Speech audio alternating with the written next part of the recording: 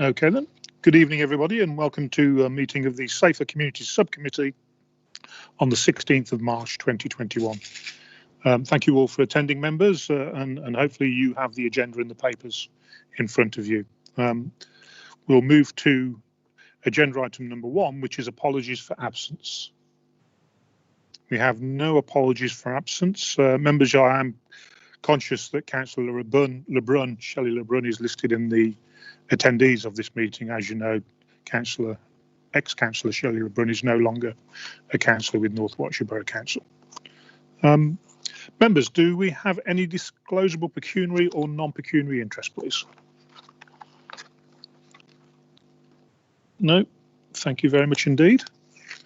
Can we go to agenda item number 3 then, which is the minutes of the meeting of the subcommittee held on the 16th of November. We'll do them for accuracy first. So in your document pack there on page 4 of 67. So for accuracy, page 4 of 67. And 5 of 67. No, thank you. Members, can I ask that we agree those as a true and accurate record of the meeting? You just raise your electronic hands if you are able, just to enable our legal support, Mr. Richard Dobbs, to make sure everybody's okay. Do you want to let me have a formal proposal and second it, Dave, just so I can be assured that I'm doing this right? Okay. I'll propose. I'll second it. That's Denise and Major, isn't it? Thank you very much indeed, everybody. And then all those in favour? And the hands are up. Can you see the hands there, Richard? Yeah, I think that's absolutely fine. Okay, super. Thank you very much indeed. Robert, do we have any matters arising from that meeting? Chair, I think last time at the meeting there was discussion around the profile of antisocial behaviour incidents. So I can touch on that in the Community Safety Partnership update report.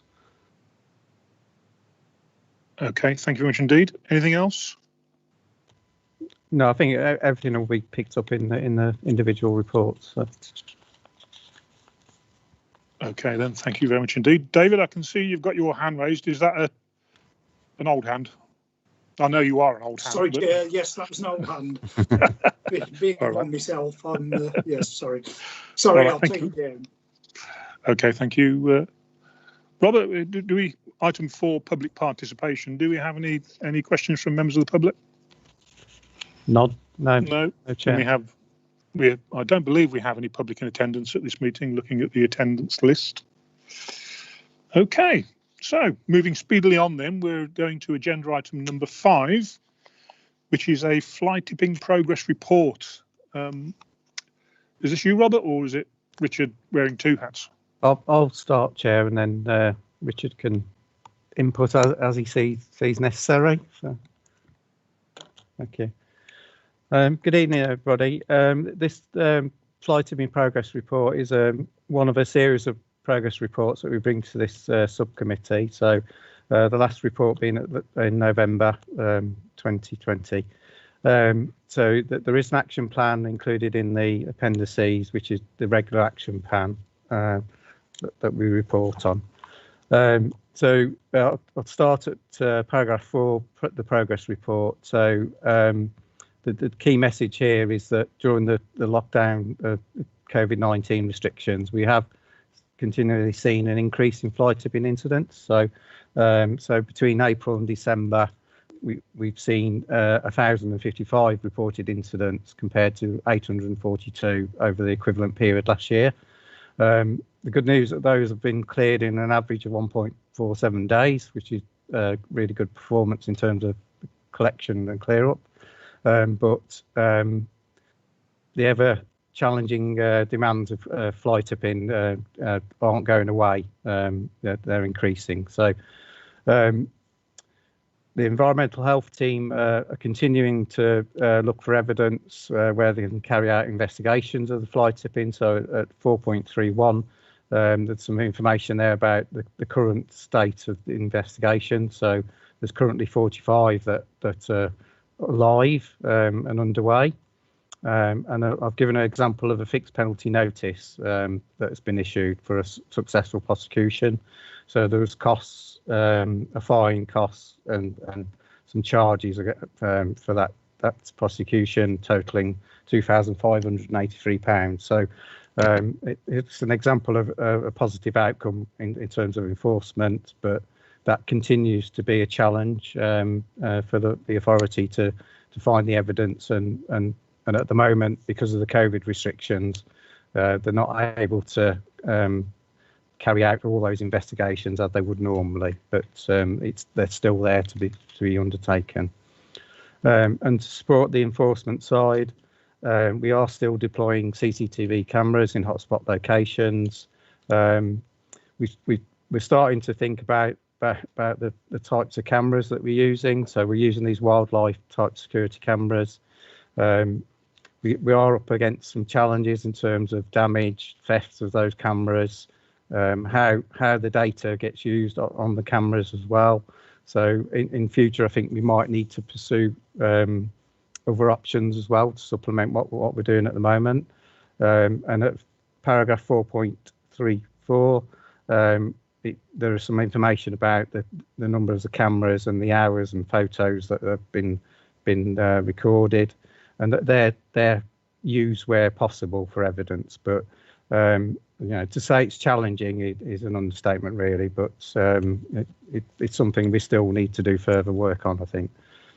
The hotspots across the borough, we're still identifying those. We're never going to be short of those at the moment. So at 4.4 onwards, you'll see the list of those hotspots that we've identified.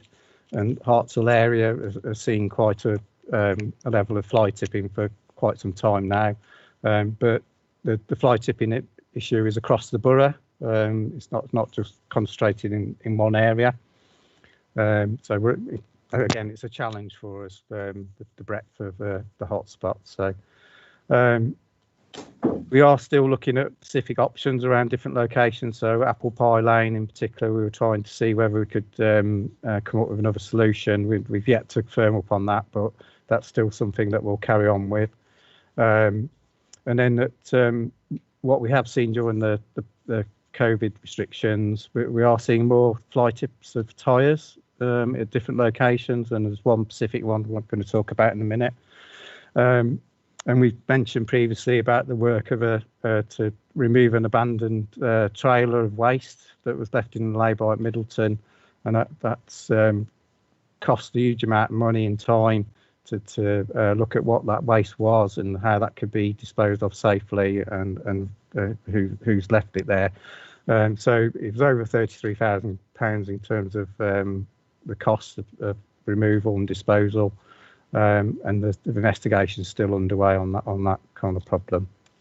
We are still working in partnership. We're confident that the police rural crime team will add to our capacity to address fly tipping across the borough, and that they're more aware of the fly tipping problems and are looking to help us in any way that they can.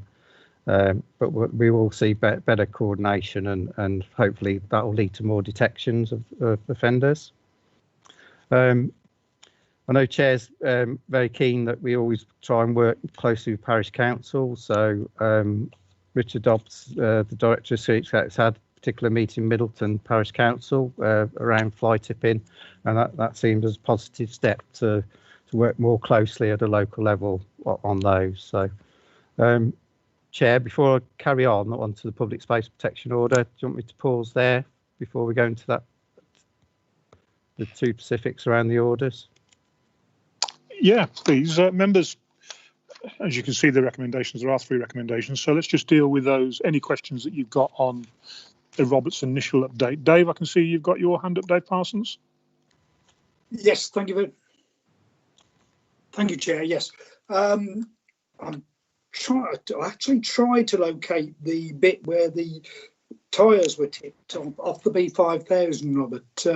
I don't know whether you can tell me on sort of air where it is, probably not, but I wonder if you could supply me with the location, and I can possibly, try and get a few people to keep an eye on that with discretion, obviously. But I was alerted to this twice. First of all, I was told it was in Hermitage Lane and didn't get anywhere there. Then I was told another location, didn't get anywhere there either. But so I walked through those locations but couldn't spot anything. As I say, probably better if you sort of email me, but it will be very useful if I knew exactly where it was. Okay.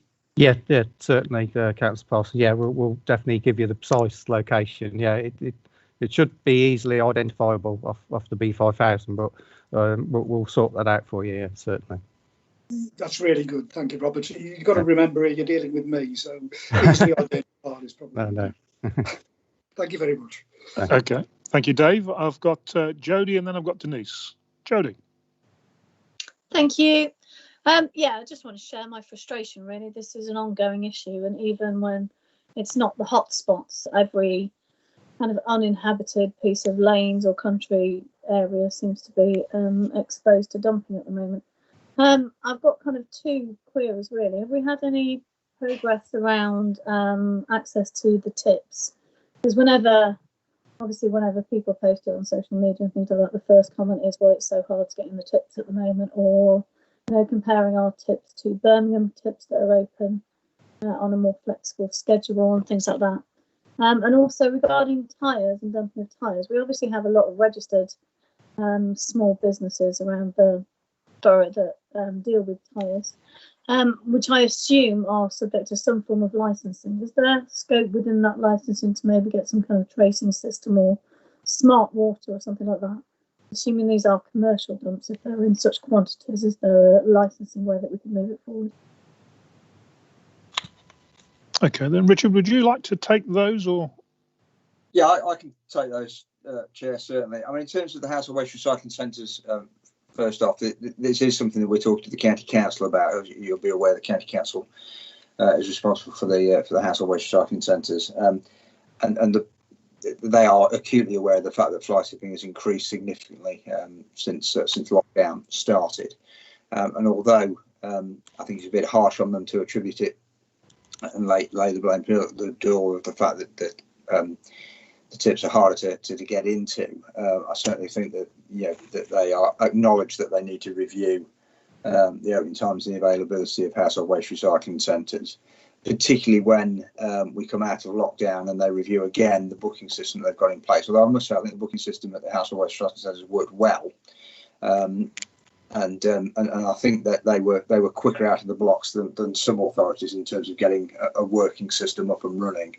But that said, it's the comment that's made is one that we often hear, that it is difficult to access them, and therefore we will continue to work with the County Council about how we can make those work in the best possible way for the residents of North Warwickshire.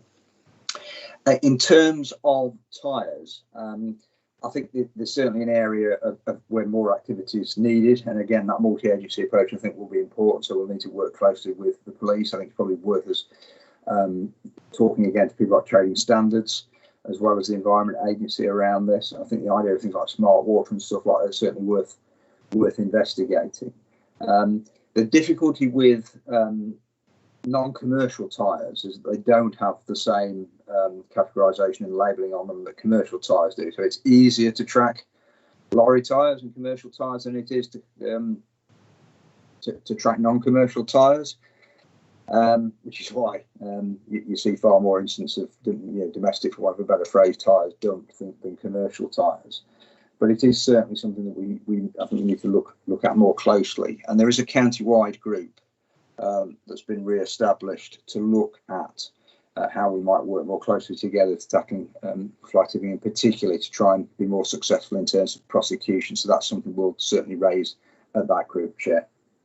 Okay, thank you, Jodie. Have you got any follow-up on that? Are you okay with that? No, I think it's good. I'm glad to hear that Warwickshire were doing well on the tips and the reopening plans. I think that'll be great. Just possibly around making sure that the notifications are sent out, I think might alleviate some of the confusion around it. Make sure that there's good kind of PR around it. Okay, thank you very much indeed. I've got Denise and then Major. Thank you, Chair. Through you, Chair, it's probably one for Richard and Robert. I notice in the report again that one of the COVID cameras has been damaged. And this is a regular thing when I used to sit on the board before.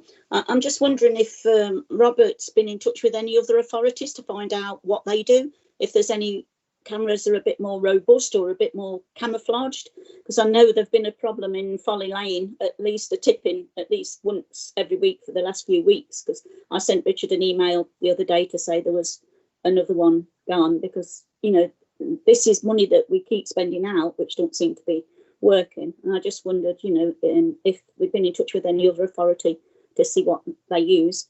Thank you, Chair.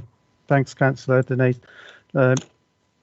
It's something definitely that I'm recognising that we need to do a bit more significant work on, just because we're recently within Streetscape, Keith Evans has done a bit of work about the hours of footage and the time that it takes to fill up that footage in terms of the memory of the cameras and what triggers it. And it's pointing us to do look around more widely about the options on CCTV cameras. In the past, we've asked different companies, and it ranges from big installations using solar power options and quite extensive costs in terms of capital. So they're not really that practical. But there's an opportunity, I think, through the ASPI network group, Richard, and to gauge what other authorities are doing. We'll have to look at the rural authorities, because I think you often see on the media urban areas where they've got lots of enforcement officers and they've got opportunities to pick up on CCTV, you know, a bit more efficiently than we are perhaps in our rural borough. But it you know, it's definitely something we're recognising that we do need to do a lot more work on, really. So. Yeah, and if I can come in on that, thank you, Robert. If that's okay as well. I mean, it's not the case that we haven't tried different options either, Councillor Close. We certainly have. You know, we've tried. I mean, as Robert says, we mostly use the trail cameras, so they are well camouflaged. We put them high up so that we need to deploy a ladder to get them up there, but still they get stolen. They make excellent target practice for some people as well, so we've had them shot at and damaged in that way. We've gone at times for cameras that upload straight to the cloud, so that the idea being that even if they're stolen, that the images that they've recorded we can retrieve. The problem, of course, is that a lot of North Warwickshire is a bit of a black spot when it comes to decent mobile phone coverage. So getting a decent 4G signal so that we can get them up to the cloud in the first place is tricky. It also can be the case that they drain the battery very quickly if they're doing that sort of thing, particularly if signal coverage is not great. So you find that you're going out every 24 hours to replace the batteries. And again, in terms of efficiency, that is really not particularly practicable. So it is difficult. So as Robert says, we are seeing whether something that's slightly more robust could do the job, but then you lose some of the covert elements. But it may be that in certain areas we have to put up with the fact that they act as a deterrent rather than a prosecution device, so we can stop it happening rather than catch people in the act. And I think that's the balance you're going for in certain areas. And it is frustrating. It's frustrating for Keith. He was saying the other day that he'd captured images from a fly tip, but again, the very nature of how it was done meant all he got was the headlights of the van that had pulled up rather than any of the other footage, because the only location we could suitably sight a camera, it happened to coincide with the way that vehicle had pulled up to dump the stuff, and that's very much a frustration, because it can be very hit and miss. We have caught decent images from our cameras, so they do work, and it's not just fly tipping either. We've passed quite a lot of information onto the police that's non-fly tipping linked. And I won't go into the salacious details of that in this meeting, but we do see quite a lot of activity. Not all of it illegal, but certainly some of it eye-opening, and we do pass that information on where it's of a criminal nature. or it goes onto YouTube if we want to earn 250 quid. But you know, it is very labour intensive, and so anything that can improve that, we'll certainly be happy to learn from other authorities and through the APSI network if there are better ways and and more efficient ways of trying to do that. But it is difficult in an area like North Warwickshire, which is why people fly tip in it. I mean, it's because it's lots of little rural lanes and dark lay-bys and that sort of thing. So, you know, it's a tricky one. Thank you. Thank you, Richard. Thank you. Denise, any follow-up on that, or are you okay? Okay, thank you. Major.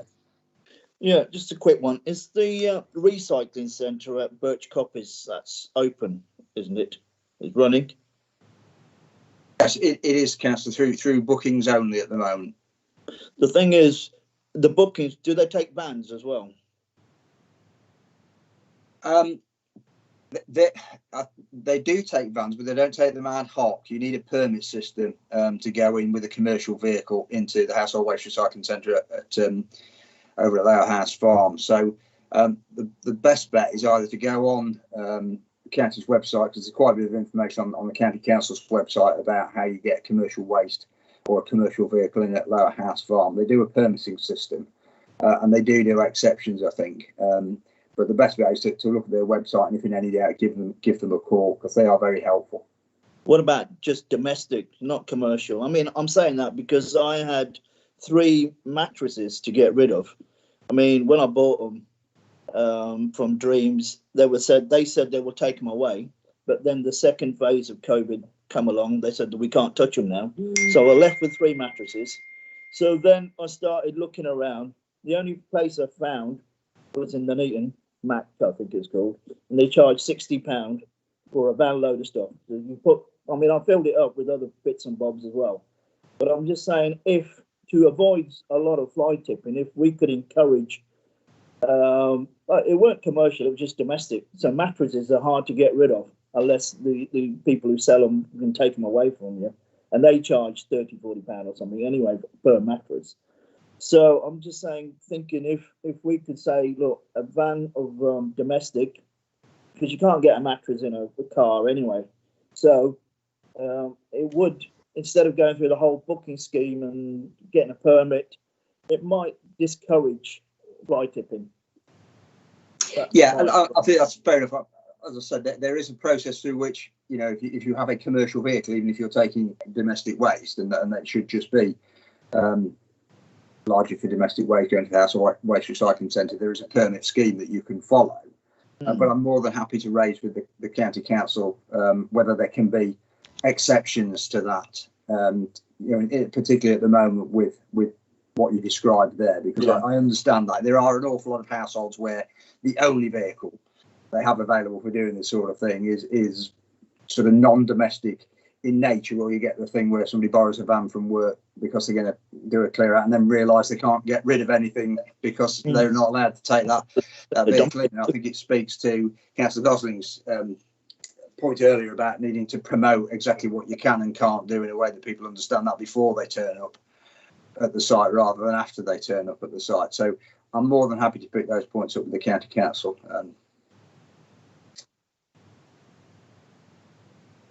Okay, thank you, Richard. Major, is that okay? Sorry, I'm muted. Yeah, that's fine. If we can pick up those points with county council, that'd be great. Yeah, and it is worth reminding everybody that when employing somebody to take away waste from your house, you must make sure that they are a licensed waste carrier. If you employ somebody who is not a licensed waste carrier, you commit a criminal offence and risk being prosecuted yourself. As we know, it happened 2 years ago in the borough, where a chap had a flat cleared that was fly tipped in Wateraughton, and they used an unlicensed carrier, and the flat owner was fined £2,500. So always make sure that your carriers are licensed. Right. Any more questions for Robert or Richard about the general report before we move on to Forlongley? Councillor Gosling's got a hand raised, Chair. It was just a kind of quick point, really, that we also seem to have seen an increase in kind of on the side of the street, especially fridges in Arley. Everything else seems to go apart from the fridges, and there seems to be about 4 fridges lying around at the moment on various areas. I don't know if that's also something that's been increasing recently. Richard, are you able to give an opinion on fridges? Anecdotally, I think I'd have to check what the actual numbers are telling us, but anecdotally, in discussing this with other officers in other boroughs, it does appear that there's a rise again in fridges and fridges and freezers coming out. So whether the reasons for that are because the other disposal routes that are available to people are not functioning as they normally do at the moment, that may be the case. And Councillor Singh made the point that mattress collections seem to have that COVID seems to be deployed as a reason why certain take-back schemes aren't operating, and that may be part of it. We'll look into that. And if Councillor Gosling's got details of specific things dumped in her area, if you just drop me an email, Jodie, I'll get those picked up. Certainly, thank you very much. Okay, thank you, members. I propose then to ask Robert to continue with the report from page 9 of 67, which is about the Forlongley public space protection orders. Robert. Thanks, Chair. I think Councillor Parsons still wants to come in. Sorry, Dave, I didn't realise you got your hand up. Dave? No, I will be very quick, Chair, because I've already spoken once on this. But so you have, David. Yes, go on then. Very quick. I was copying a plea there. I have to say I've used Lower Farm myself, and the booking system has been incredibly smooth. It's worked really well, and it's not difficult at all. The van permit system has always been a bit of a thorny one, but it is there and it can work, and that's there. But then when we move to the sort of tyre tipping thing, we're really talking about quite a serious criminal activity there, where people are doing this in an organised manner and avoiding very significant payments when they dump these tyres. What I was saying is, have we any sort of idea that the police are tasking resources onto this, what is essentially a very criminal activity? Chair, so I'll come back on that. Yeah, please, Robert. Yeah, Councillor Parsons, I think we're confident that the police rural crime team will give us the great assistance on those sort of matters. So they are informed of our hotspots and problem areas. So and the rural crime coordinator, Carol Cottrell, she's very hot on sharing the intel round and getting support to help us with this. So we can't come back and say at this point in time, they've done this and this, but we're confident that's going to improve in the future. So we'll look at options around the tyres, whether there's any means of investigation to go back to where the source was, but even that's quite challenging, I think. So, but we'll bear that in mind, certainly. So. Yeah, I'm sure it is. Thank you for that. That was all I was asking. Yeah. Okay, right. Moving on then to Forlongley public space protection orders, Robert. Yeah, thank you, Chair. So from paragraph 6 onwards, so we've got a public space protection order in place in Forlongley, which restricts access to the highway of 2 lanes in Forlongley, Didgley Lane and Bun Lane. We've had that order in place for over 3 years now, so there is a requirement to review the order legally. So we were a little bit delayed in sorting this out because of the commitments we've had over the year because of the COVID pandemic. So what we're proposing to do now is publish some consultation formally on a review of the order, and that would meet the statutory requirements of consulting with some statutory consultees. We would consult with local residents and businesses that are within the vicinity of the order, and potentially there's a scope to do a bit more targeted consultation using some of the recent technology developments with texting and emails that we're capable of as well. And we'll be able to publish a survey link on the website. But what we're asking the board, the subcommittee to endorse is that we go set this consultation out. In the appendix C is the draft of the consultation that we were required to carry out, which is similar to the original consultation we did. So we'd welcome any kind of comments on that. But it was just to make this subcommittee aware that we formally need to do this review and go out on public consultation on it. And I'm proposing that we do a 6 weeks consultation period on that one. And then the allied to this, previously the subcommittee's asked about other locations that could be suitable for a similar type of order. So Streetscape have done a bit of work on that, and they've come back recently with these two potential locations. So the one is the access road off Tamworth Road, Polesworth on the B5000, where we're getting these large scale tips of tyres.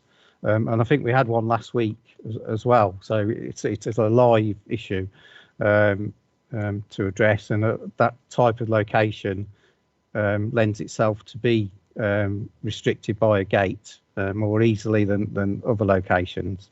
But we would need to do formal consultation on that with the relevant stakeholders and statutory consultees.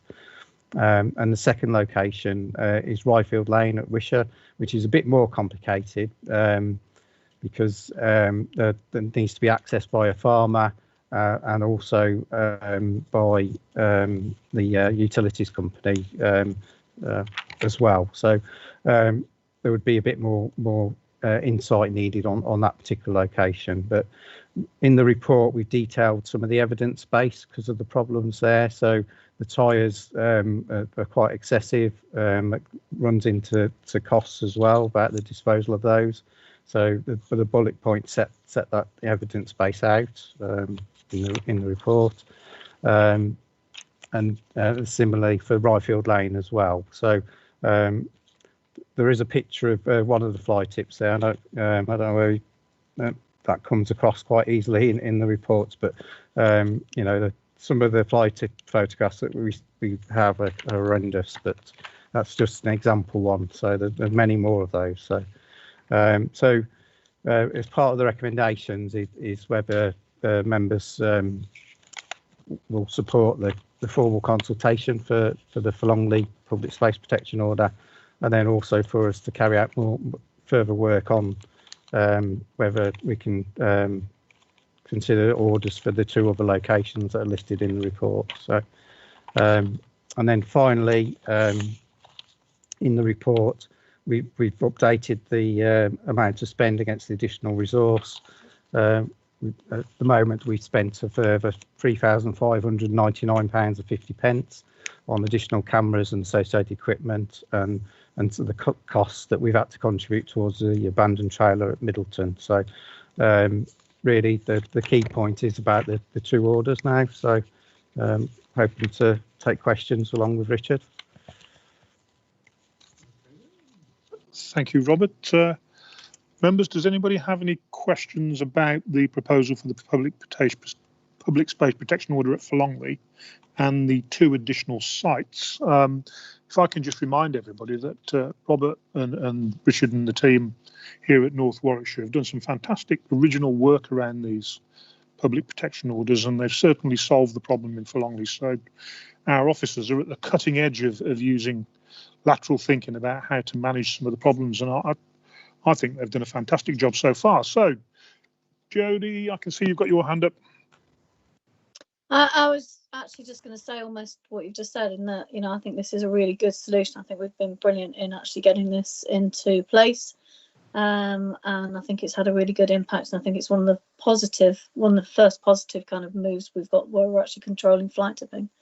I was actually also going to ask if officers could actually explain the process that needs to happen and how lengthy and how involved it is, and what the kind of cost implications or time implications are, just briefly, if possible. Thank you, Councillor. In terms of the statutory requirements, that there's some specifics around consultation for the orders. Warwickshire Police, Warwickshire County Council, Fire and Rescue are some of those. and then we have to consult with local stakeholders that could be impacted by the use of the order.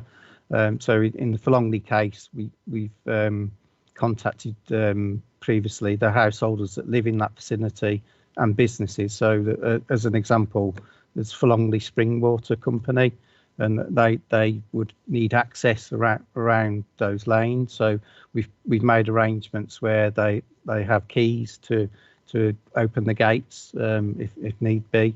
And there's certain people that rent land for livestock in that area as well. So that again, they need the access.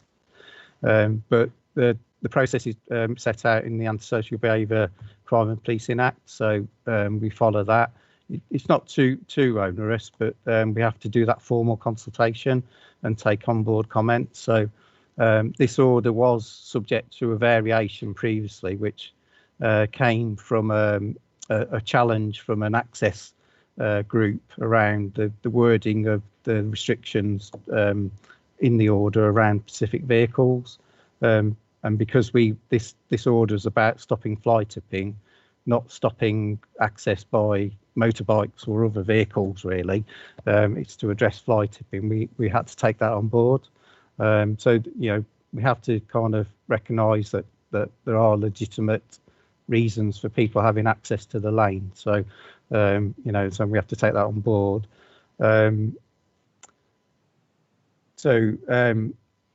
We would come back to this subcommittee with the results of the consultation, and then the subcommittee would make the decision on whether they approve the order again or not. So I don't know whether that answers your question in terms of the process and how onerous it is, but yeah, that's loads more detail. Thank you very much. Okay, members, if nobody else has got any more questions, I propose to return to the recommendations and work our way through them. So members, recommendation A, that members note the progress report and the updates of the action plan included in this report. I take it everybody notes. Richard, you don't want to do a vote on noting, do you? Well, I can take them on block, Chair, if you're happy with that. All that will happen, of course, is that if you're agreeable to the other two PSPOs identified in the report, that basically will say that members agree to the consultation for additional public space protection orders should be prepared. So if you're happy with that, we can take all three together on the vote if nobody's got any objections, Chair. Okay then, Richard, well that sounds like a sensible way forward. Members, unless anybody waves furiously now, I'm going to do what Richard suggests and take all three recommendations on block. So can I have a proposer, please? Councillor Davey. Then I'll propose. thank you. I'll second. I'll second, Councillor Clues. Do you want an arm wrestle on for the two of you? No, anybody. I don't mind. Okay, right. So members proposed and seconded that we take all three on block.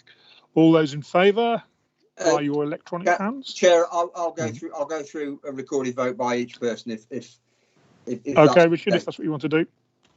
I think one's probably too strong a word, but I think it's what I should do, and therefore I think I will do. Councillor, before I start. Okay, then, Richard, you're going to do Mr. Tobin out of a job at Absolutely. That's partly why I'm here, and partly why he isn't. So, in order then, Councillor Clues. 4. Thank you. Councillor Davey. 4. Thank you. Councillor Gosling.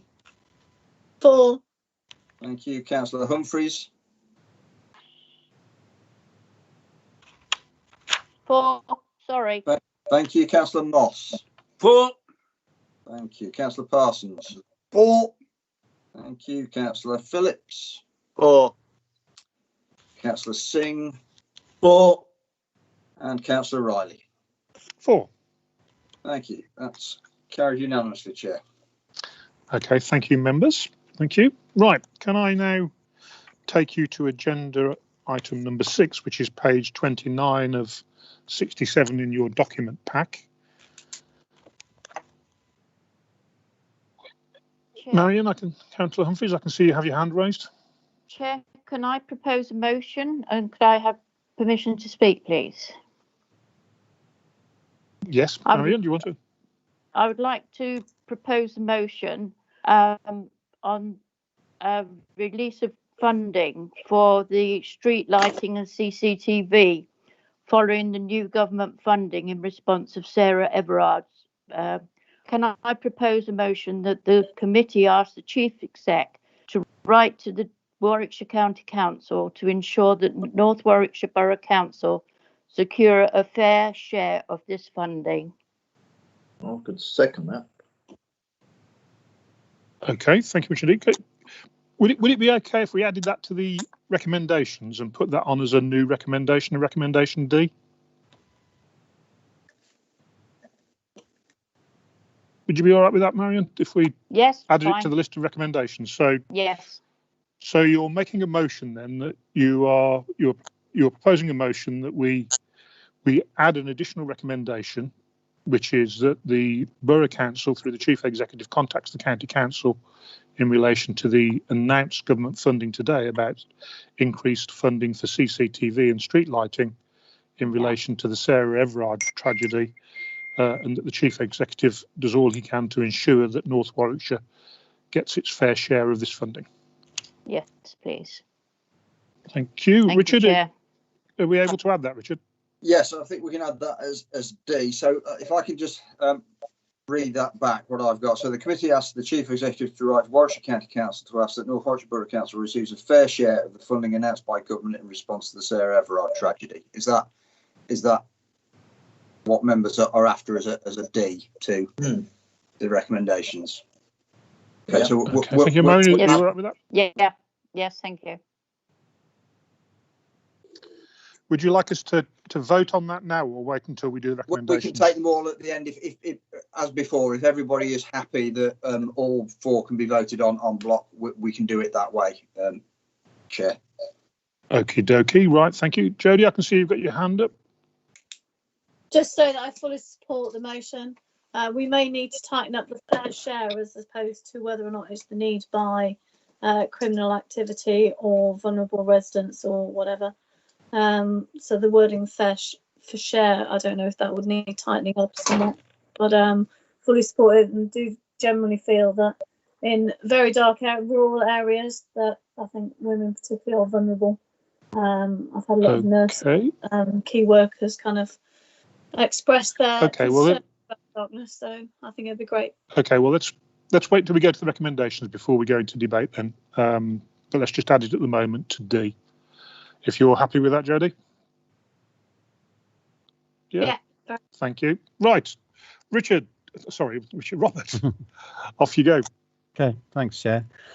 So this report is an update progress report from the North Warwickshire Community Safety Partnership. So a regular item for this subcommittee. So and the last report was in November. So just to introduce it, in the appendices, Appendix A is the April to January crime statistics for the current year, and Appendix B is the Q3 Community Safety Performance Report, which is a similar report but looks back from Q3 position for 12 months from that period. So just slightly different comparisons.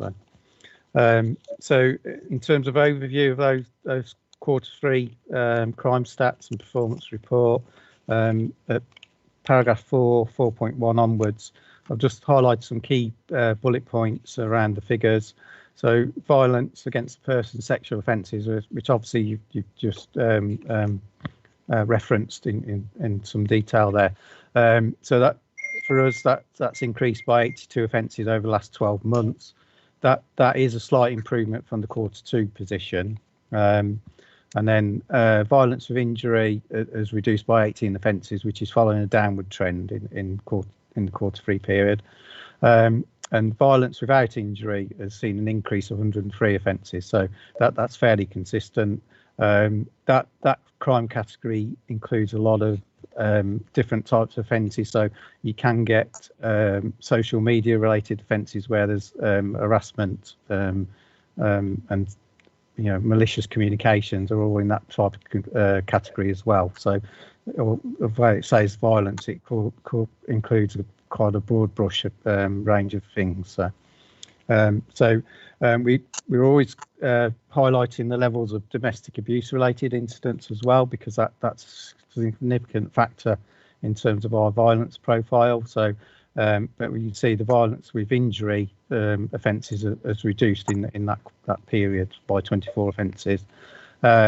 And then the levels without injury, domestic abuse, have increased by 35 offences, and that point about malicious comms and that wide range of harassment comes into that figure as well. So the levels of acquisitive crime, so that's domestic burglary from dwellings, vehicle crime, robbery, showing consistent reductions across the year. So there's currently a 32% reduction.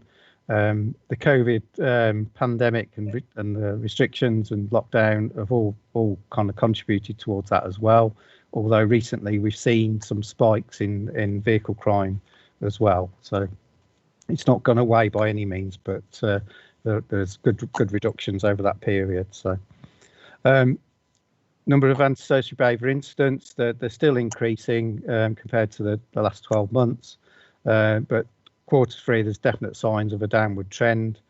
That those incidents and the numbers have got complicated by the COVID related regulations, and members asked about profile of those incidents at the last subcommittee meeting. We've not been able to get a definite detailed analysis of all the types of incidents that are going into those totals at the moment. There's a lot of incidents going in the environmental type of antisocial behaviour, which can include fly tipping and other things, but we're hopeful that we will get that to that position. But even the strategic assessment that we've had done recently has not been able to give us too much detailed insight into the breakdown of those incidents, and it's something that will take a bit more time to get to the bottom of, really. But we're hopeful that as things return to more normal in the future, we'll see a more regular trend of our profile of antisocial behaviour incidents. I can give members some reassurance that the monthly meetings that we have with our partners around the incidents are not generating significant issues currently and locations. So I'm not complacent around that, but there's nothing that we're not aware of that we're giving due attention to. So even though those numbers have gone up, we still believe that's in the main due to the COVID impact and how they're recording incidents that are reported to the police. So road safety, the numbers of fatal serious injuries from road traffic incidents is 29 during this period, so that's still on a downward trend for our area, and it's similarly on the Warwickshire level it's gone down as well. And then total recorded crimes are down at that period, so by 280 crimes. So there's a total of 4,436 compared to the last 12 months. Again, a downward trend at the moment. So we'll take that positive while we can. But obviously there's a big influence by the coronavirus restrictions and lockdowns on the figures as well. So and we may see some rises in the future as things return to normal. So at paragraph 4.3, I've just highlighted the reference to in the appendices reports around incidents revolving knife-related violent crime, and those offences are any that include some kind of blade. So when you see the word knife and violent crime, you know the worst kind of scenario comes to mind and picture. But in Q3 we had 7 offences with a total of 12 for the year. I've raised those offences with the inspector for North Warwickshire, and I've been given clear reassurance that they are all individual kind of incidents. There's no kind of emerging trend pattern or hotspot issue that we could actually focus on to address those. So you know, the numbers are small. We haven't got huge issues around use of blades, but we are aware that you know there are certain situations where young people could have access to a blade, and in domestic abuse incidents, people can revert to using a blade in when they're in a difficult situation. So anything with any type of blading is logged and recorded as knife crime in those ways. So and business crimes continue to see decreases in the last 12 months. Again, the coronavirus restrictions will have an impact on that.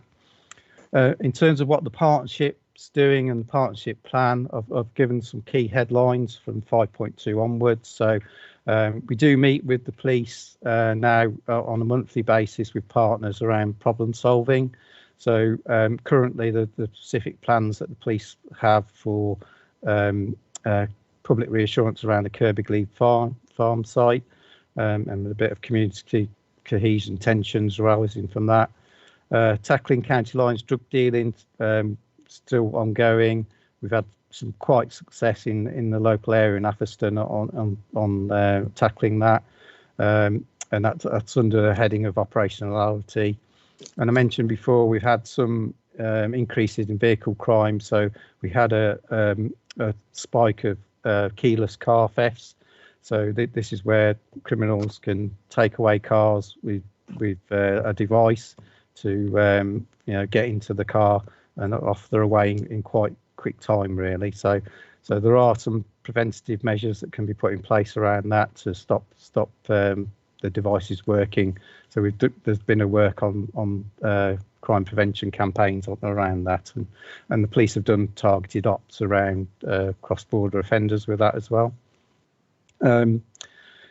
I've also highlighted here feedback from Warwickshire Domestic Abuse Counselling Services around how they're providing their services. So they did revert to using telephone and other technologies during this lockdown period.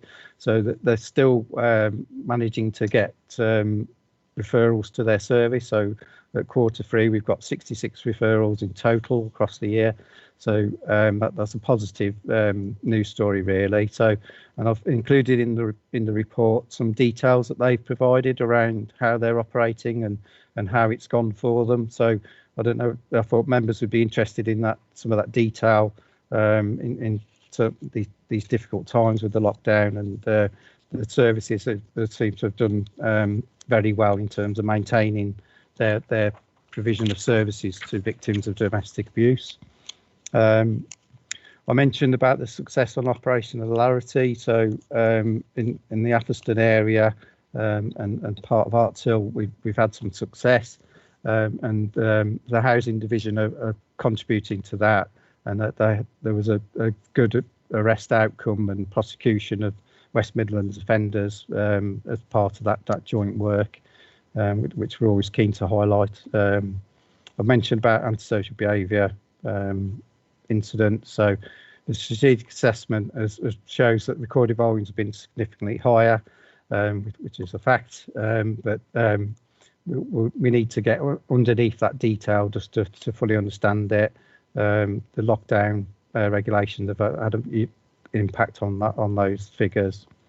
Mentioned about the multi-agency team working with the police. So we have monthly meetings on antisocial behaviour where we get a tasking document of locations, incidents of note, and we go through those and identify any actions that we need to take amongst a number of partners, really. So I can give you reassurance that there's not too many significant issues currently there.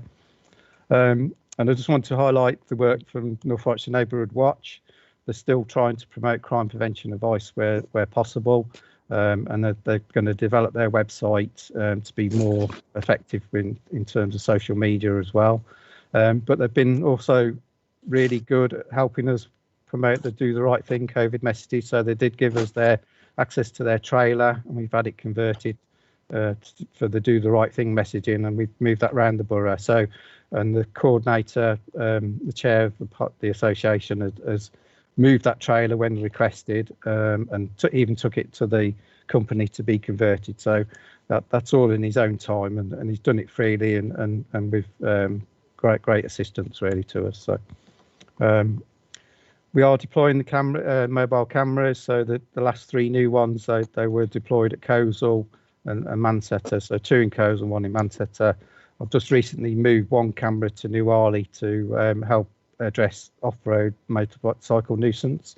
And then we will move some of the other Coleshill cameras when their new schemes comes online in the future. So, and the town council have raised an order for their new scheme, but they're still working their way through the process to get that in place and all the conversions on the street lights that they needed.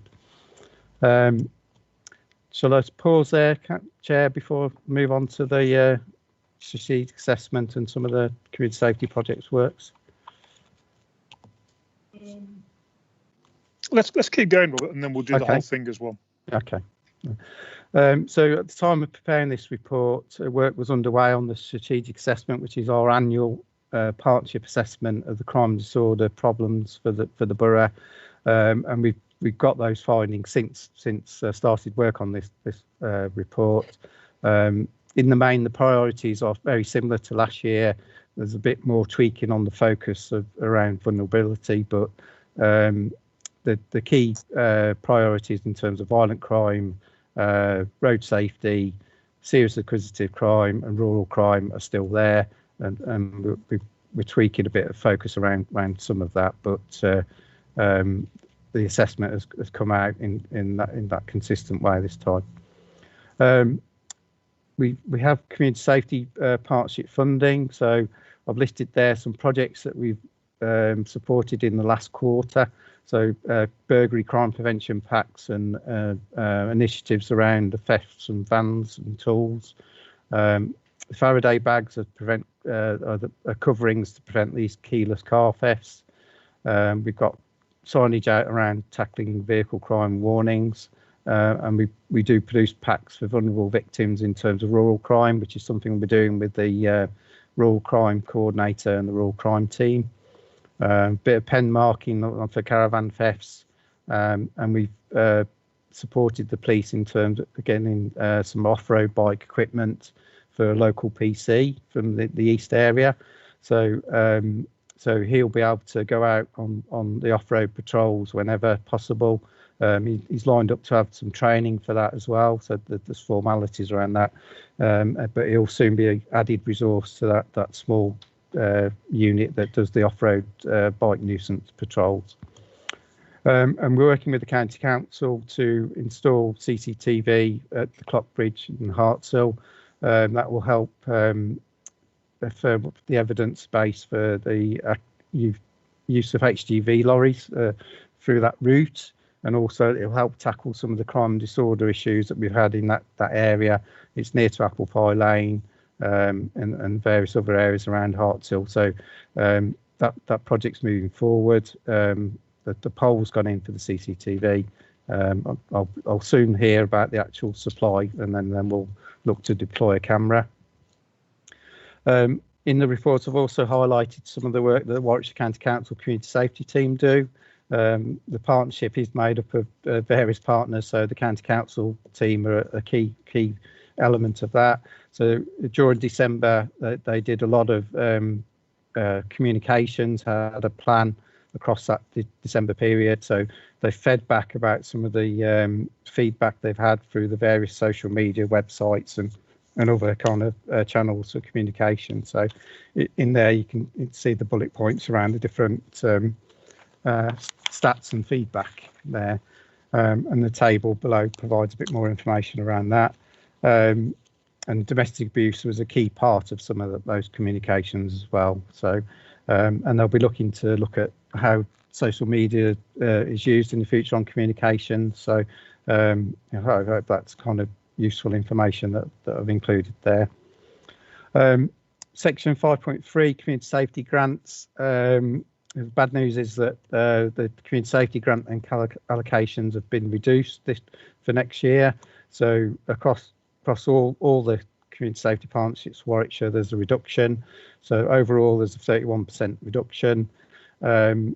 We've had some discussions around those reductions collectively across the different partnerships, and we've come to a view to collaborate together in terms of how those allocations are are committed to each partnership. So that's led to the reduction being shared equally, really, across the partnership. So for us, our allocation will reduce to £22,469 for next year, a reduction of £9,922, which reflects that 31% reduction.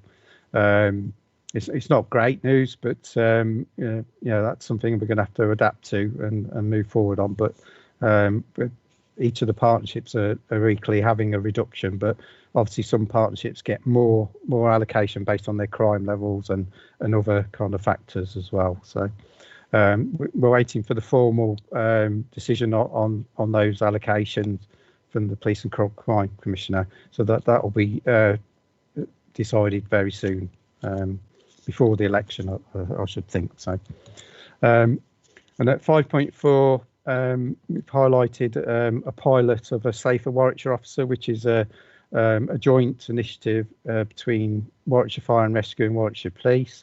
It's a role they've based on good practice from Cornwall, which is a blue light collaboration role. It's a bit of a mixture of fire officer and a police community support officer, but not quite the same. So we're intending to pilot this role within North Warwickshire. There is some process around the establishment of the post. There's some training and formal requirements to meet, and at the moment those will it's looking likely that the post will be ready later on in the year after the summer.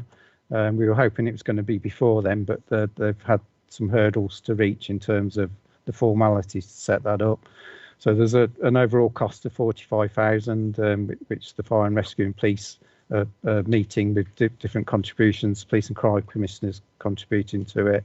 So the North Warwickshire Community Safety Partnership has agreed to allocate £5,000 towards that post to support initiatives directly involving that post when it arises. So one of the recommendations is to note that role and endorse that support, and we can kind of go into a bit more detail around the post if needs be. So and then section 6 is a bit more update on the Have You Say community safety survey results. So last time round I highlighted that we'd had the results of the community safety survey, and the results for North Warwickshire, although based on small numbers, did show high levels of concern around the fear of crime and community safety, and I've listed those at 6.3 in terms of the bullet points there.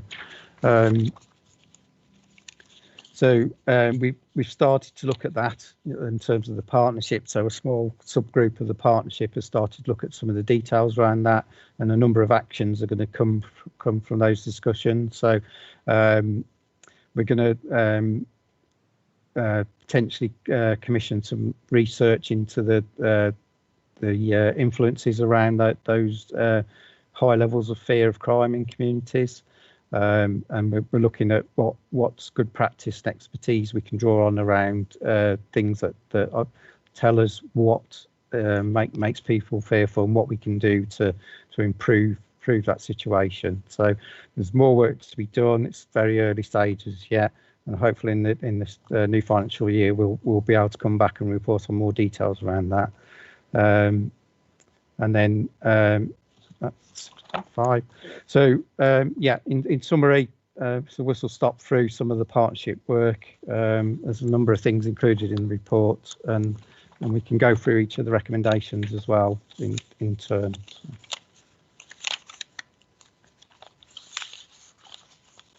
Okie dokie, though a fairly robust and an in-depth update from Robert there, but lots and lots of positive stuff to report on in terms of progress.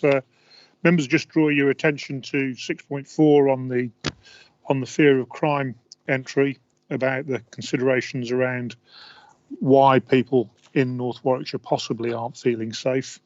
In terms of 5.4 and the Safer Warwickshire officer, this is a great proposal coming from the fire service, and the idea is that we'll be able to create a resource only serving North Warwickshire. I know that the title is Safer Warwickshire, but this officer will purely work in North Warwickshire, And the intention is that this officer will start getting right into the detail of some of the local communities and setting up crime prevention, fire safety, public safety projects in very specific locations. As you know, one of our big problems with our police colleagues has been that the staff tend to move roles very, very quickly. And the hope is that this safer North Warwickshire officer will add some stability to communities. Right, so we'll open it up to debate. I can see I've got Bernadette and I've got Denise. Bernadette. One of the issues that I wanted to mention is the rise in dog thefts, and the CCTV and the street lights are going to be a bonus with regard to concerned dog walkers, especially of an evening, of a night time. So to be able to have that security, to know that if there's a possibility that the street lights are going to be on, is going to be fantastic for pet owners.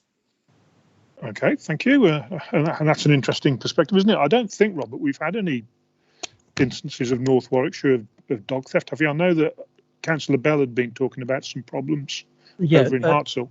We have had 2 in Osprey. Yeah, we have had some thefts of dogs. Yeah, so it's not emerging to an outright trend or anything like that at the moment, but there are some instances of it, certainly. So, and we had in Hartshill there was a particularly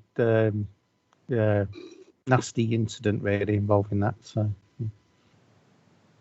Okay, well, it's obviously it is without doubt then, Bernadette, an added consideration. Any follow up on that, Bernadette, or were you okay with that? I'm fine with that. Okay, thank you. Denise? Thank you, Chair. 2 points. Firstly, I'd like to say thank you to Robert and all his team for a brilliant, comprehensive report. And going back to what Councillor Humphreys said, I think it was a brilliant recommendation. But I'd just like to add in that there's going to be a lot of boroughs putting in for this funding. But I think one of the things that we've got as a borough is we are so rural. A lot of the other boroughs are going to want this money, but we have got some of the biggest factories as well, and we've got Ocado, we've got Aldi, we've got all those that do all different shifts. People coming home at 12 o'clock at night, coming home at 6 o'clock at night. And if you've got to walk there from, just say, Ocado, and you're going to my ward, there's not street lights all the way down, even before the street lights go off. So I think one of the benefits, and we need to add on to this report, is that we are very rural, and we have got some of the biggest industry, the factories, and well, not factories, where I'm coming from, out there. So, I think that ought to be mentioned into the one that Councillor Humphreys said. Thank you, Chair. Thank you, Denise. I think that's an important consideration, isn't it, that we've got 24-hour shift working at a number of sites across the borough, and there are issues about people using, not just driving to work. One of the things that we encourage people not to do, to use cycles and to walk where possible in terms of the environment agenda. So I think that's a very valid point. I've got Major, David, and then Marion. Major? Right. I just agree with all the councillors who just spoke earlier, but it's alarming to see the sexual offences were up by 82 over the last 12 months in North Warwickshire, which is very disturbing. And hopefully, if we do get, we should get funding for street lighting. We want to reduce that number rather than it going the other way. It is frightening when you're 82, and I have daughters in their 20s who go out shopping and cinema or whatever. I mean, it's frightening to see that kind of increase. That's me. Oh, sorry. One more thing. Am I still on? Yeah, the Safer Neighbourhood Watch, Safer Community Officer. This is a pilot scheme I was reading. So is this for 12 months, or will it continue, or we'll review it after 12 months? Or is this going to be? Okay, well, two things. Thank you for your comments on the street lighting there noted, and the issue around the sexual violence. Let's just pick those up, and obviously we note that while a number of the crime categories have gone down during the COVID restrictions. That issue around violence has been one that has been consistent.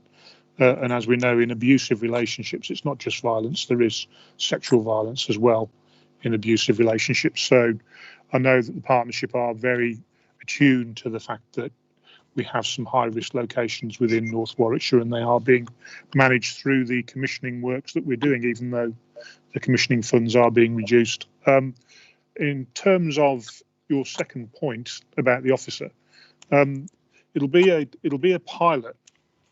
As you can see in the papers, that the total employable cost is 45,000, I think it was. However, the intention is to make it permanent, because we're trying to get away from this issue of police and fire staff coming to the borough and not staying. And of course, about crime reduction and community confidence is all about knowing who your local contact is, and hopefully the Safer North Warwickshire officer will become that face that will be known. Good. So, David. Thank you, Chair. Yeah.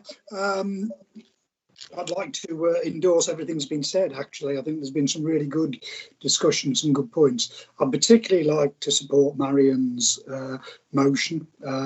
It's very well put, and it's there. I mean, this issue was debated at the full council, the county council today, somewhat inconclusively, really. I know, I mean, in Polesworth, for example, we're very keen to extend our CCTV system into Birchmoor, certainly, and possibly Wharton as well. And, you know, this funding can only be of value. We weren't aware of the announcement. It was actually made while the meeting was on, I think, today, which may have given the debate at the county council a bit more of a point, really. But I absolutely endorse what Marion said. I think this is really important.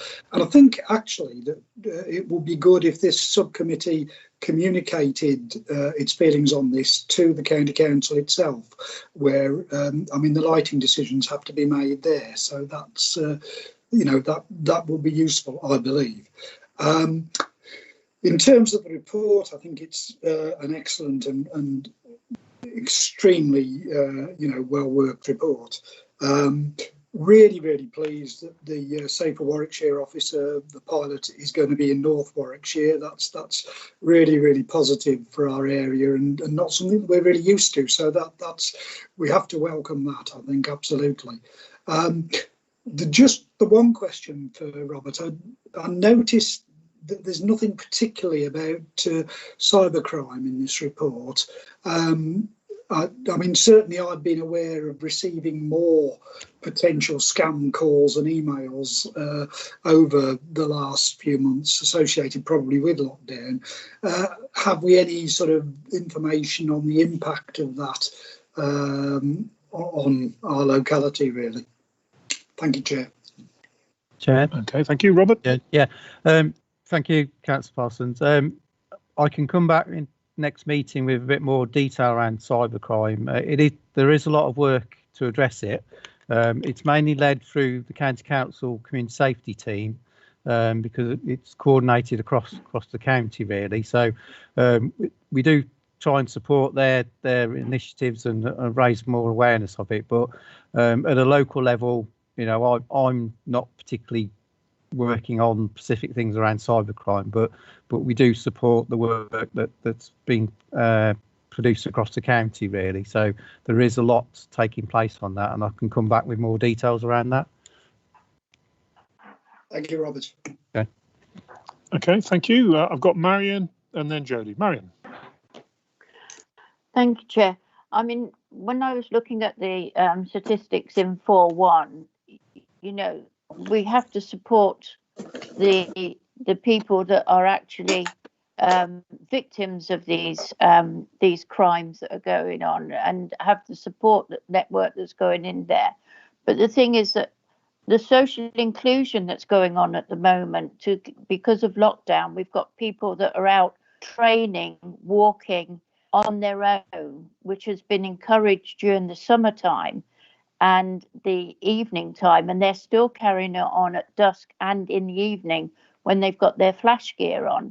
And of course, there are in the rural areas, it is very, very dark now. So it is a case of looking after those people as well. And it is the street lights and this sort of thing that needs to go on now to actually help them, because we have nowhere else they can go.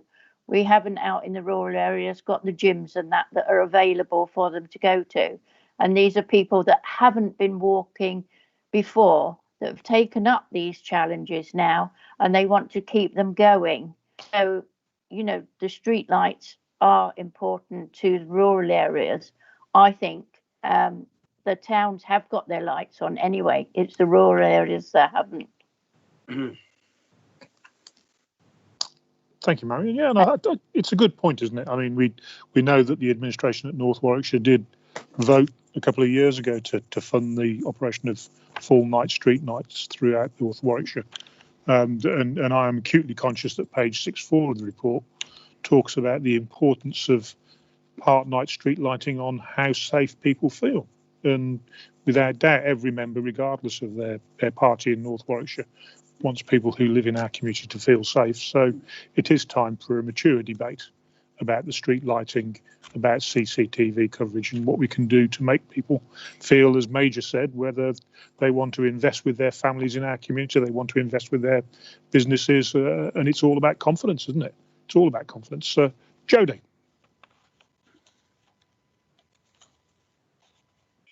Thank you. Yeah, I think back to the street lighting again, it's obviously something our group has always believed quite strongly affects the sense of fear in the communities. And I think with relevant issues at the moment with gender vulnerabilities and things like that being exposed in the press, I think it's even more important than ever. Again, to help people develop that fear of, to develop security against the fear of crime.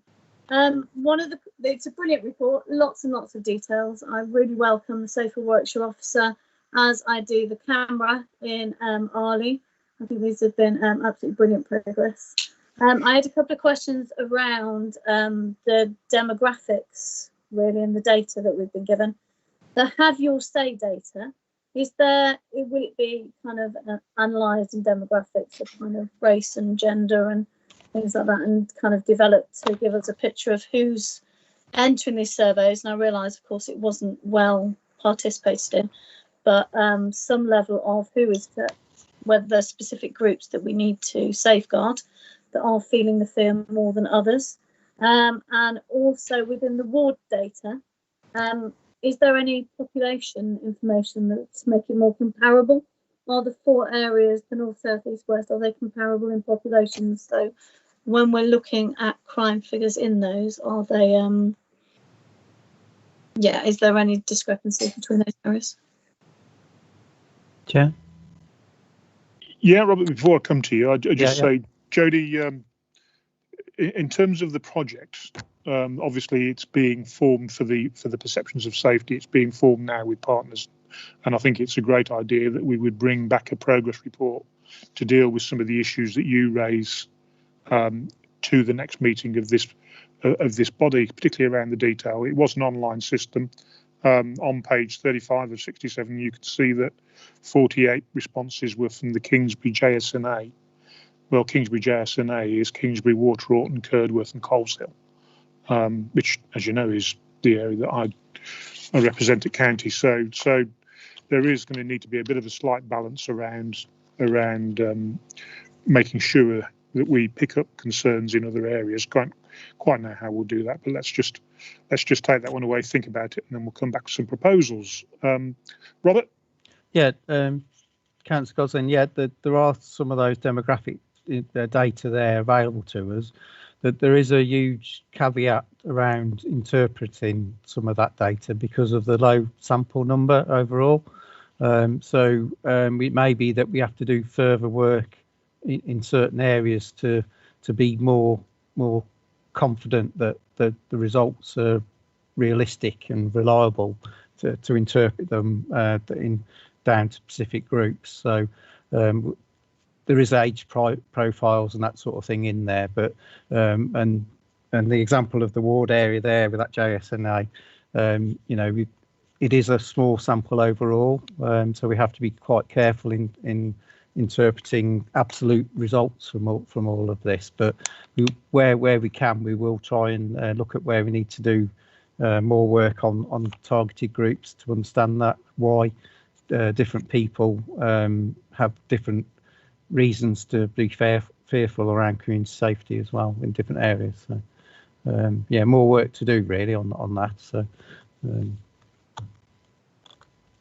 And Robert, do you think we'd be in a position to bring back that survey as an agenda item to the next meeting? Yeah, certainly.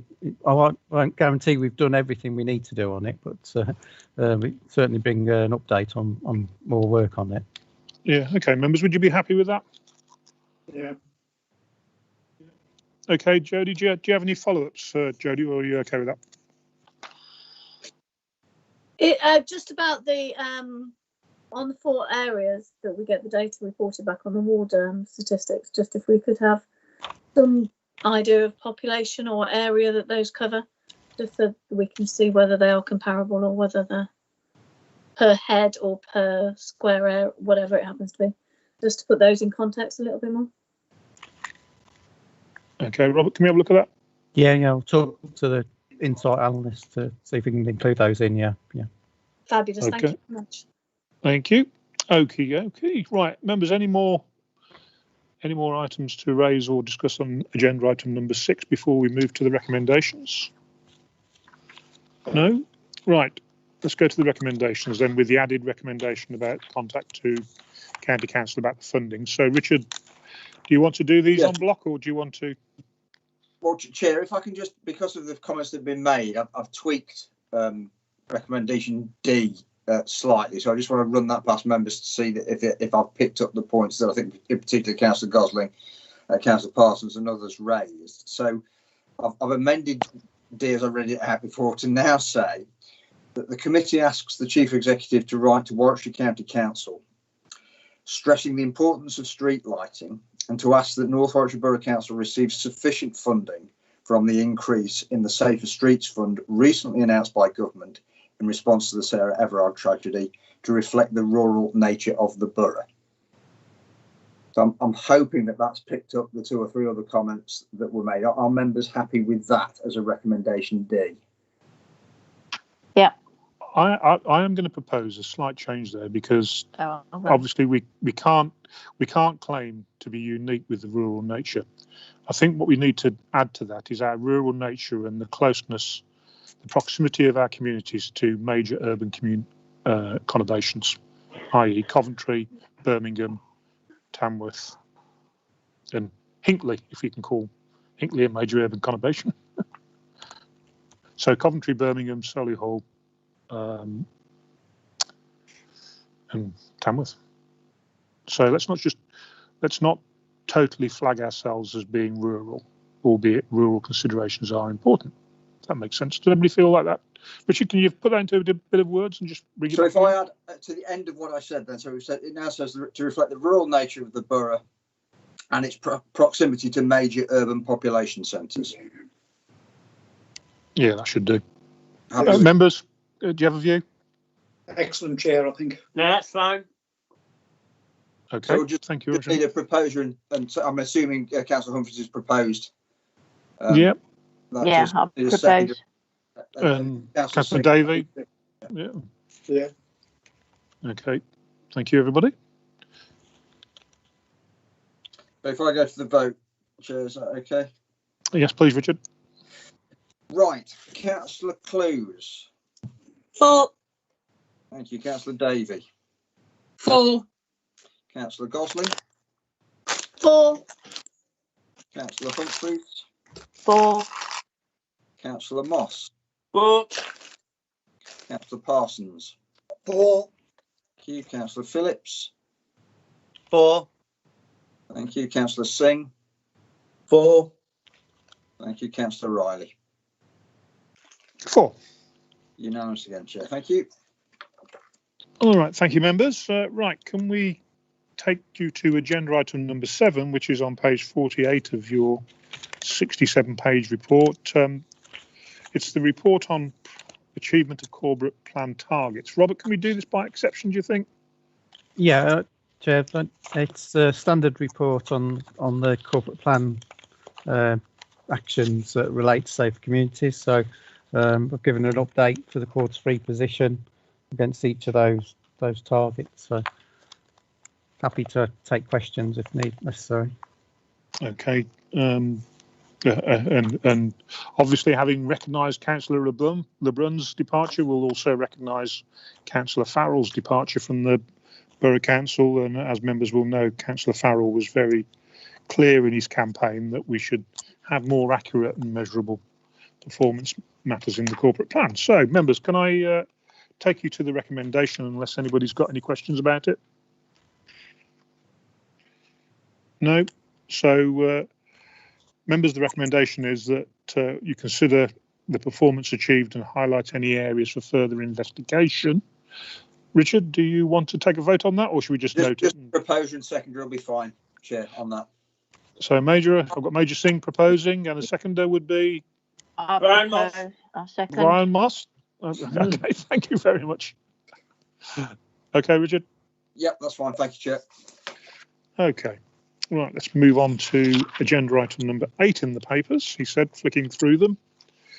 And agenda item number 8 is the Road Safety Action Plan Progress Report. Robert, are you presenting this? Yeah. Okay. Yeah. Okay. This report provides an update against our local road safety action plan, which this subcommittee has oversight of, but also gives detailed feedback from the Warwickshire Road Safety Partnership Operational Board, which has met now a couple of times, and it seems to be gaining some momentum around partnership working on road safety. So I'll talk you through the specific highlights of the detail. So recognise that road safety is a challenging issue to work at a local level on, with the key partners having lead roles at a county level, like Warwickshire County Council, Warwickshire Police, and Warwickshire Fire and Rescue. The establishment of the Warwickshire Road Safety Partnership and the Operational Board and the Strategic Board, I think, is a massive step forward, and it gives us an opportunity to influence the road safety agenda in North Warwickshire as well. In terms of the report, I'll just take you through the different sections. Section 4 is just to note that the Police and Crime Commissioner did provide some road safety grant funding, and we've tried to make opportunities of that. We did get a small allocation towards a bikeability scheme, and that has been not able to be delivered during this year because of the COVID-related lockdown and restrictions. We're hopeful that we'll be able to carry forward that funding into the new financial year. We're just waiting for final confirmation of that from the Police and Crime Commissioner's office, but that shouldn't be a problem. That's my understanding. So, section 4.3, I picked up on some news release that the Police and Crime Commissioner put out. I don't know whether members had picked this up separately themselves, but he's announced that families who have suffered bereavement or serious injury due to a collision on the roads are now able to receive increased support from with funding from the Road Safety Fund. So there's a pilot project, and they're working with Break, a road safety charity, and there's a dedicated independent road victim advocate to provide expert one-to-one support for people living within Warwickshire who've been seriously affected by a road collision. And I'm acutely aware that we've had examples of that in our borough, not too long ago, really. So I thought that was a positive step that's been supported. I'm not aware that was in place previously in Warwickshire, but I saw that as an important thing to highlight to this subcommittee.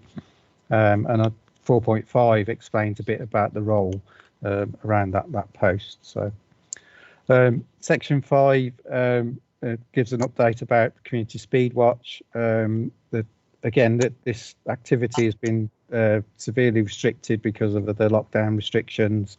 There is still work going on behind the scenes to make sure that when restrictions are lifted, that the schemes are supported and we're able to move forward on them. So the local SNT, Safe Neighbourhood team, do support these schemes, and at a North Warwickshire level, PC Simon Ackroyd is a lead on this within our borough.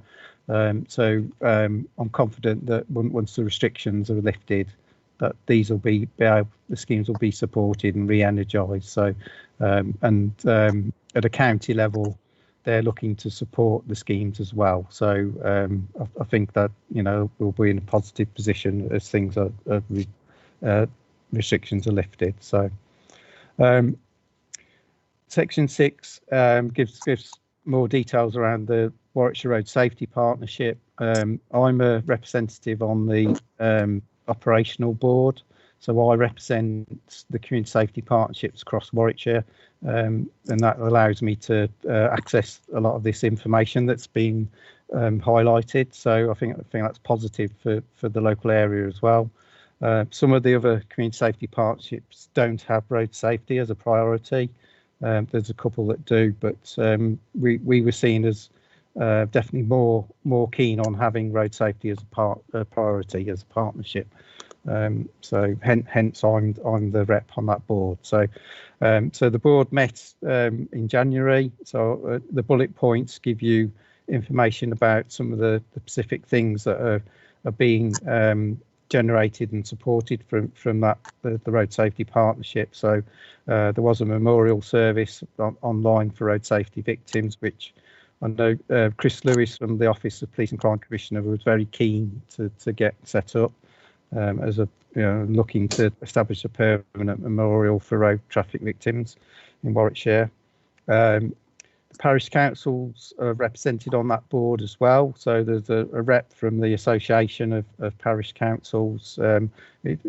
She's from the south, but she's raising very similar issues that we hear from our local parish councils, and she's quite an advocate for the parish level on road safety. We did ask around speed policy, around how the county council determines speed limits locally. So we have got some information back around that, and they follow the national guidance in terms of how our speed limits are set.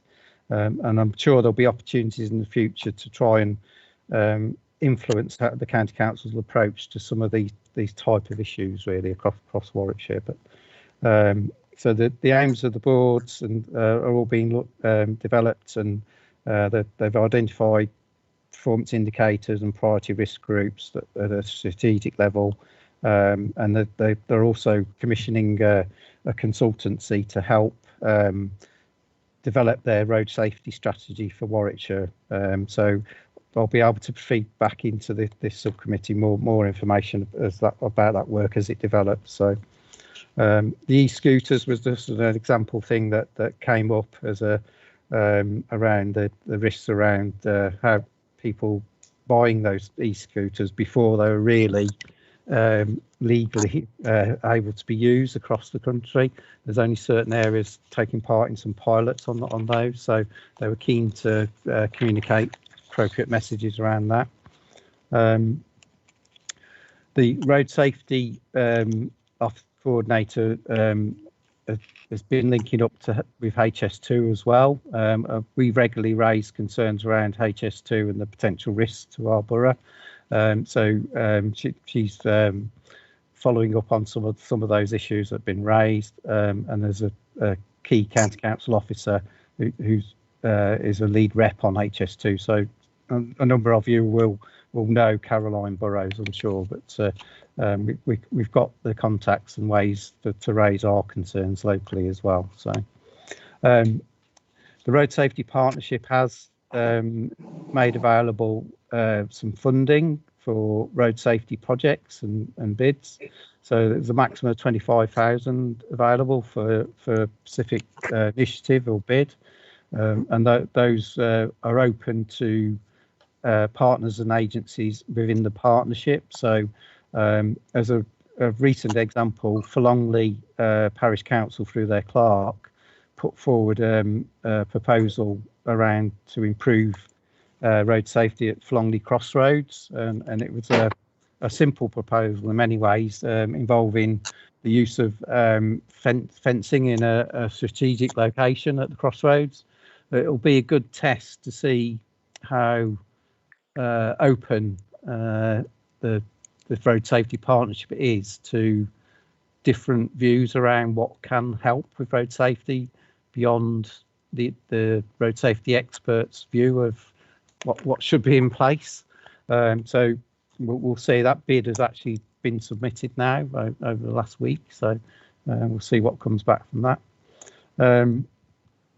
And we had feedback around funding from HS2, and some of that has been ring fence for road safety projects. So I know the chair's got some frustrations around some of the allocations for the funding and how, you know, the timescales some of these things are taking to actually move forward. But there is opportunity there for some of the funding to be used to address some of our key road safety concerns. So, and the County Council preparing a report to HS2 around the use of that funding. So, and again, Caroline Burrows is the lead on that at the County Council. So, I mentioned about the consultant that they're developing their strategy.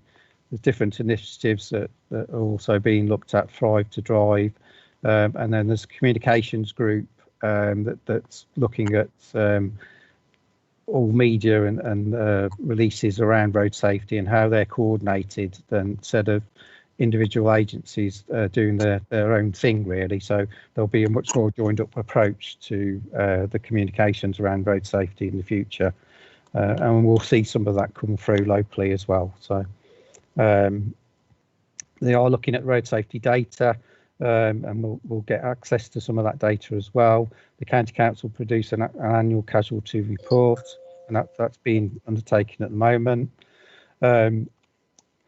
They do define road safety clusters and high risk junctions. So some of the details of that isn't always shown in the casualty report.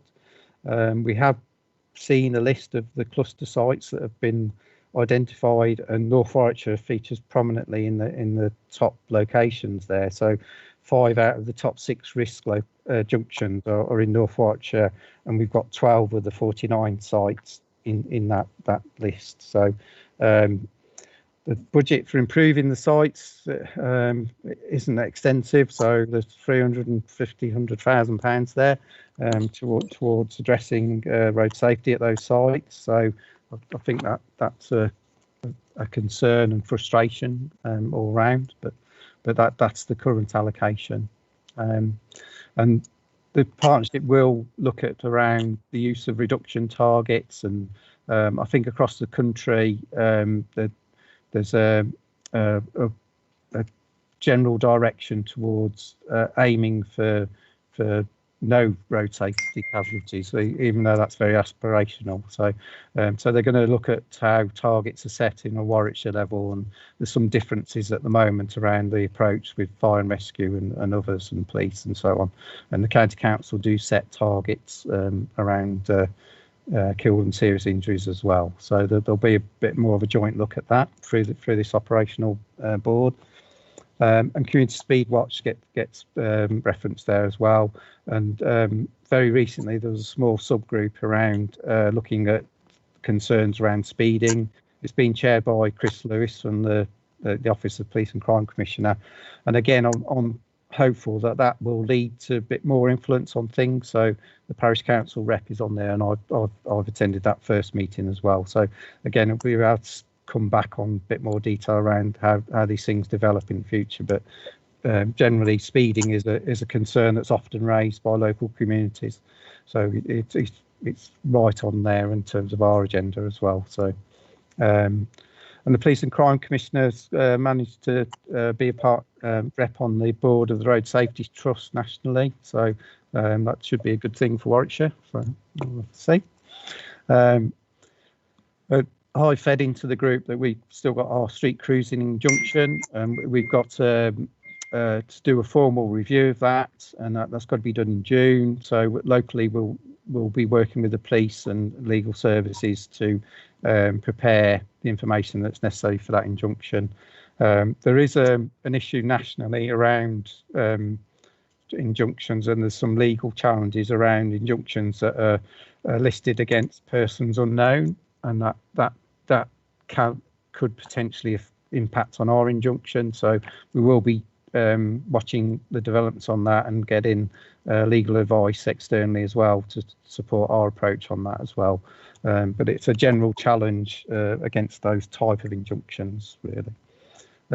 Not based on street cruising, but it's the use of injunctions in that way generally. So there are plans for average speed cameras, so we should benefit from those in North Warwickshire. So that A446 has been highlighted, so that at some point in time there'll be a definite timescale for the works.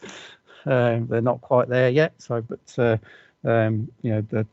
it's there listed to be done, but they've got to go through a process, and eventually the works will start to be done. But and the Greenman Crossroads in Coleshill, that's another junction that the improvement works are planned for, and traffic light scheme there. But there's still a process to follow around getting the procurement for that, and getting the tender sorted, and then get to a point where works can actually start. So, and then moving on a bit, I've just included links to the Warwickshire Road policing newsletters. These don't get directly circulated. I've kind of come across them on the police website. So I don't know whether members feel they're useful or not, but I just thought it was appropriate to highlight those that those are available.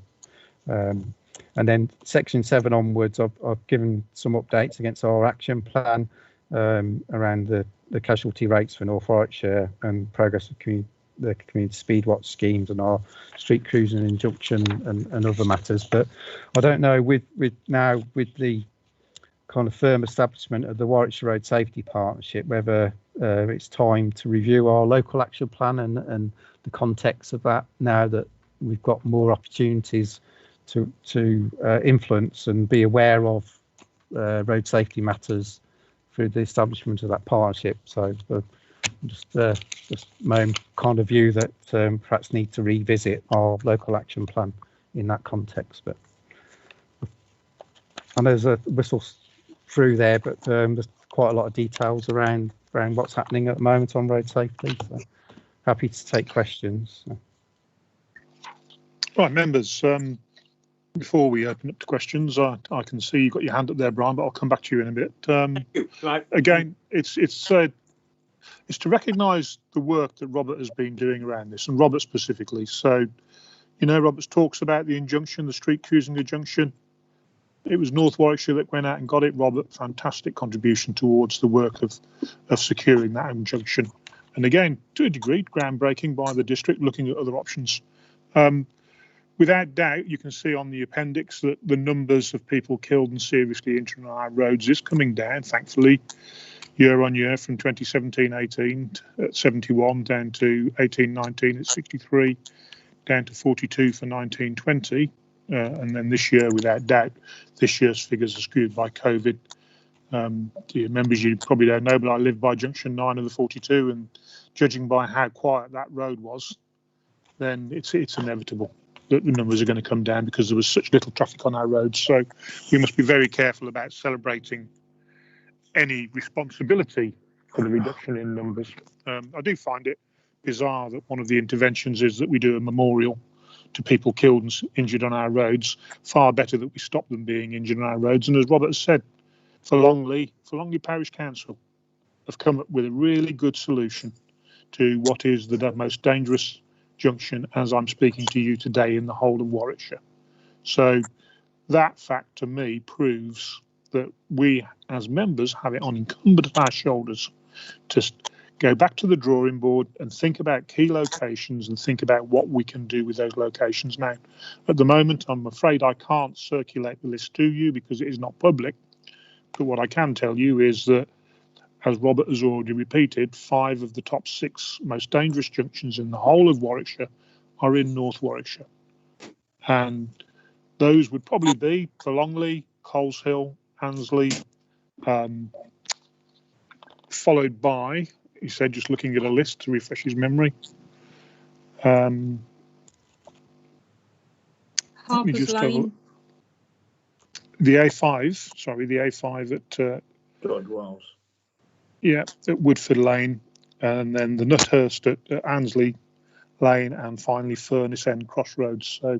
So without doubt, we need to open our mind up and think about options for simple resolutions as well as complicated engineered resolutions, but simple ones, because I just go back to that fact that for Longley Parish Council have come up with a really sensible and good intervention, and it just proves that there are options out there. If as members we can work out how to get people to come forward with suggestions. So let's throw it open for debate.